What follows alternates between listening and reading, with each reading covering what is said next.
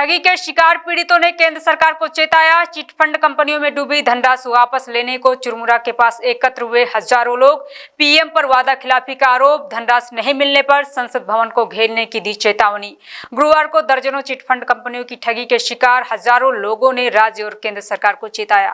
PM Narendra Modi पर वादा खिलाफी का आरोप लगाते हुए यूपी, पंजाब, हरियाणा और कर्नाटका समेत 20 राज्यों से आए पीड़ितों ने चेतावनी देते हुए कहा कि सरकार उनका पैसा वापस कराए वरना सत्ता छोड़ दे। वे खून पसीने की कमाई वापस पाने के लिए संसद भवन घेरने से भी नहीं चुकेंगे। सुबह पूर्व निर्धारित कार्यक्रम के अनुसार 20 राज्यों के करीब 300 जिलों से आए हजारों की संख्या में लोग थाना क्षेत्र के गांव चुरमुरा के समीप हाईवे किनारे एकत्रित हुए। कल्पतरु, सहारा समेत दर्जनों चिटफंड कंपनियों द्वारा हड़पी गई करीब 50,000 करोड़ की ठगी की रकम को वापस देने की बात करते हुए लोगों ने प्रधानमंत्री नरेंद्र मोदी से संसद में पारित कानून का पालन कराने की मांग की।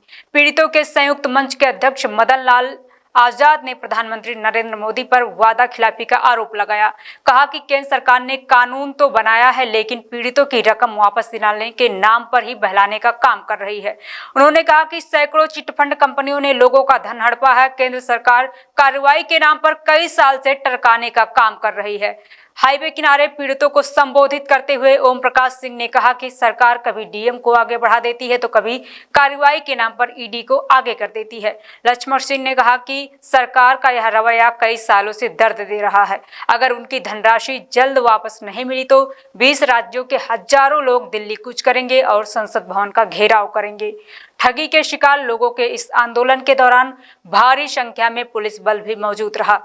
हाईवे पर यातायात को भी निकलवाने में पुलिसकर्मी जुटे रहे। इस दौरान नायब तहसीलदार पंकज यादव, सीओ श्वेता वर्मा आदि मौजूद रहे। जो फरे क्षेत्र की चुरमुरा में आए, आपके संग ये सैकड़ों की संख्या में लोग हैं, ये आने की क्या वजह है? सैकड़ों नहीं है साहब, ये हजारों लोग हैं और ये संसद द्वारा सर्वसम्मति से बनाए गए कानून अनियमित जमा योजनाएं पाबंदी अधिनियम 2019 को देश भर में क्रियान्वित करवा के देश के 50 करोड़ ठगी पीड़ितों के भुगतान की मांग करने के लिए आज यहाँ आए हैं। क्योंकि पावन पवित्र भूमि है, ब्रजमंडल है, भगवान कृष्ण की जन्मभूमि है, पंडित दीनदयाल उपाध्याय साहब की जन्मभूमि है और भी बहुत सारे कारण हैं यहाँ इकट्ठे होने के। ये आप सामने बिल्डिंग देख रहे होंगे, केबीसीएल नाम की एक ठग कंपनी थी, उसने लोगों के पैसे से ही बनवाई है और केबीसीएल जैसी 3 लाख कंपनी है साहब देश में, जिन्होंने ऐसी हजारों लाखों बिल्डिंगें देश भर में बनाई हैं और वो तमाम बिल्डिंगें केंद्र सरकार की एजेंसी ईडी, बड़ा नाम सुना होगा आप, ईडी ने और सेबी ने कब्जे में कर रखी हैं और लोगों का पैसा वापस नहीं कर रही है सुप्रीम कोर्ट के आदेशों के पश्चात। कानून बनाया है कि डीएम, एसडीएम, तहसीलदार ये अपने क्षेत्र के ठगी पीड़ितों से आवेदन लेंगे, 180 दिन में उनकी जमा राशि का 2 से 3 गुना पैसा देंगे। ऐसी तमाम बिल्डिंग्स को बेच करके पूरे देश में। लेकिन प्रधानमंत्री की नीयत खराब है, वो कभी सेबी को सौंप देता है मामलों को, कभी ईडी की टांग घुसा देता है। इनमें डीएम को, एसडीएम को, तहसीलदारों को पावर नहीं दे रहा है। इसके विरोध में आज का ये हमारा कार्यक्रम है। यहाँ सांकेतिक रूप से या तो डिविजनल कमिश्नर आगरा यहाँ आकर के हमारा ज्ञापन लेंगे, लोगों को आश्वस्त करेंगे कि साहब मैं जो है कम से कम अपने डिवीजन में लोगों का भुगतान शुरू कर दूंगा ईडी से इन प्रॉपर्टीज को वापस लेकर करेगी। अन्यथा अगर प्रशासन सहयोग नहीं करेगा, सरकार सहयोग नहीं करेगी तो हम यहाँ से संसद भवन के लिए पैदल मार्च करेंगे। कल्पतरु ने कितना करोड़ रुपया ठगा है? कल्पतरु ने लगभग 50,000 करोड़ रुपए ठगा। अभी भुगतान कुछ नहीं हुआ है? नहीं, कोई भुगतान नहीं हुआ। भुगतान तो देखिए कल्पतरु को नहीं करना है, भुगतान सरकार को करना है। सरकार ने एक्ट बना दिया है, एक्ट के अंतर्गत प्रत्येक डीएम को, एसडीएम को, तहसीलदार को इम्पावर्ड किया गया है कि वो अपने अपने क्षेत्र की तमाम प्रॉपर्टीज को सीज करें, 60 दिन के अंदर अंदर उन्हें नीलाम करें और लोगों से आवेदन लें, उनका पैसा वापस करें। प्रशासन ने भुगतान की प्रक्रिया में कोई कदम नहीं बढ़ाया? प्रशासन ने कदम बढ़ाया था, आवेदन लेने शुरू किए थे प्रशासन ने, लेकिन ऊपर से सरकार ने रोक लिया, ईडी घुसा दी। ये पहले डीएम साहब ने सीज की थी, यही बिल्डिंग सामने उदाहरण है, बाद में ईडी कर गया इस पर अपना सीजिंग की कार्रवाई। तो प्रशासन डीएम क्या करेगा साहब? इस धरने में कहाँ के लोग आए हैं? 20 राज्यों के लोग आए हुए हैं इस धरने में हमारे 21 प्रदेश अध्यक्ष मौजूद हैं। गुजरात है, कर्नाटक है, तेलंगाना है, दिल्ली है, उत्तराखंड है और आपका क्या बोलते हैं यूपी है साहब, छत्तीसगढ़ है, एमपी है, राजस्थान, हरियाणा, पंजाब, हिमाचल, जे&के वाले भी आए हुए हैं। कर्नाटक, छत्तीसगढ़। हिंदुस्तान के अंदर कितने जनपद के लोग यहाँ मौजूद हैं? हिंदुस्तान से कितने जनपद के लोग यहाँ मौजूद? के लगभग 300 जिलों के लोग हैं और 300 जिलाध्यक्ष हमारे आए हुए हैं। ये 2500 एकड़ का प्रोजेक्ट सैकड़ों नहीं है साहब, सैकड़ों नहीं है।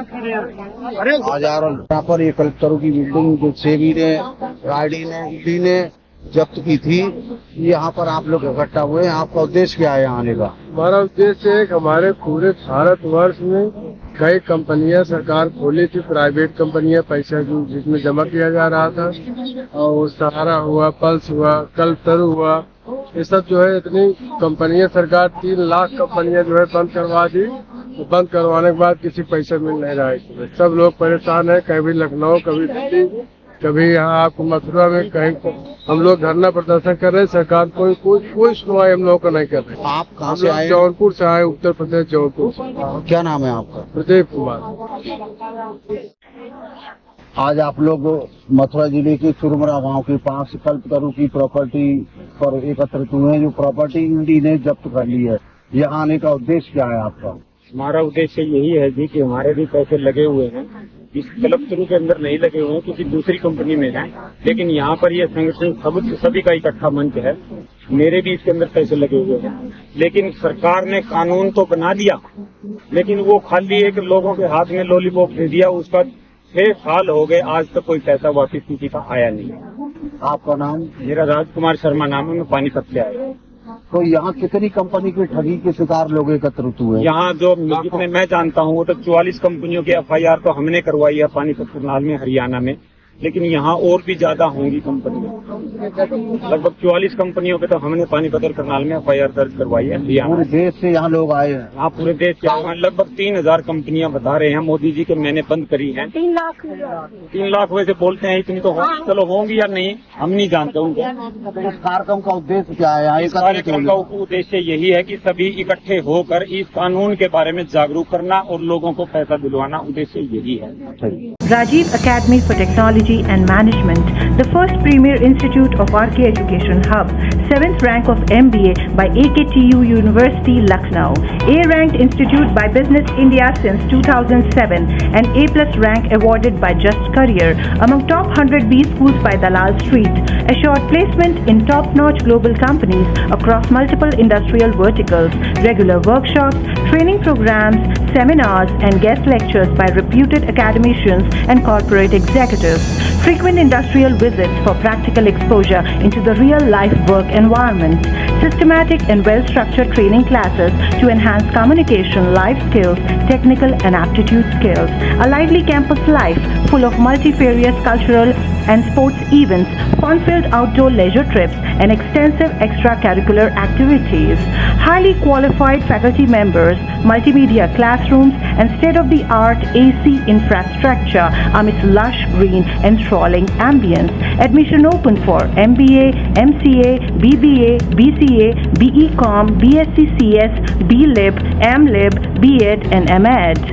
Come and be a part of Achievers at RATM and build a future of your dreams.